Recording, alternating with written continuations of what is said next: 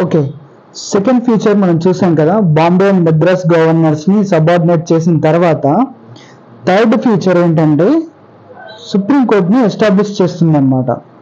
కలకత్తాలో ఒక chief justice అలాగే 3 అదర్ జడ్జెస్ని కలిపి పెడుతుందన్నమాట. నెక్స్ట్ వచ్చేసి కంపెనీ ఎలాంటి ప్రైవేట్ ట్రేడ్లో ఇన్వాల్వ్ అవ్వకుండా వాళ్ళ సర్వెంట్స్ని ప్రివెంట్ చేస్తుంది అనమాట. ఇలాంటి బ్రైబ్స్ కానీ ఇలా తీసుకోకుండా, ప్రజెంట్స్ కానీ ఇలా తీసుకోకుండా కరప్షన్ నుంచి ఉండడం కోసం స్ట్రిక్ట్ పాలసీని తెస్తుంది అనమాట. నెక్స్ట్ వచ్చేసి it strengthened the control of British government over the company. So company యొక్క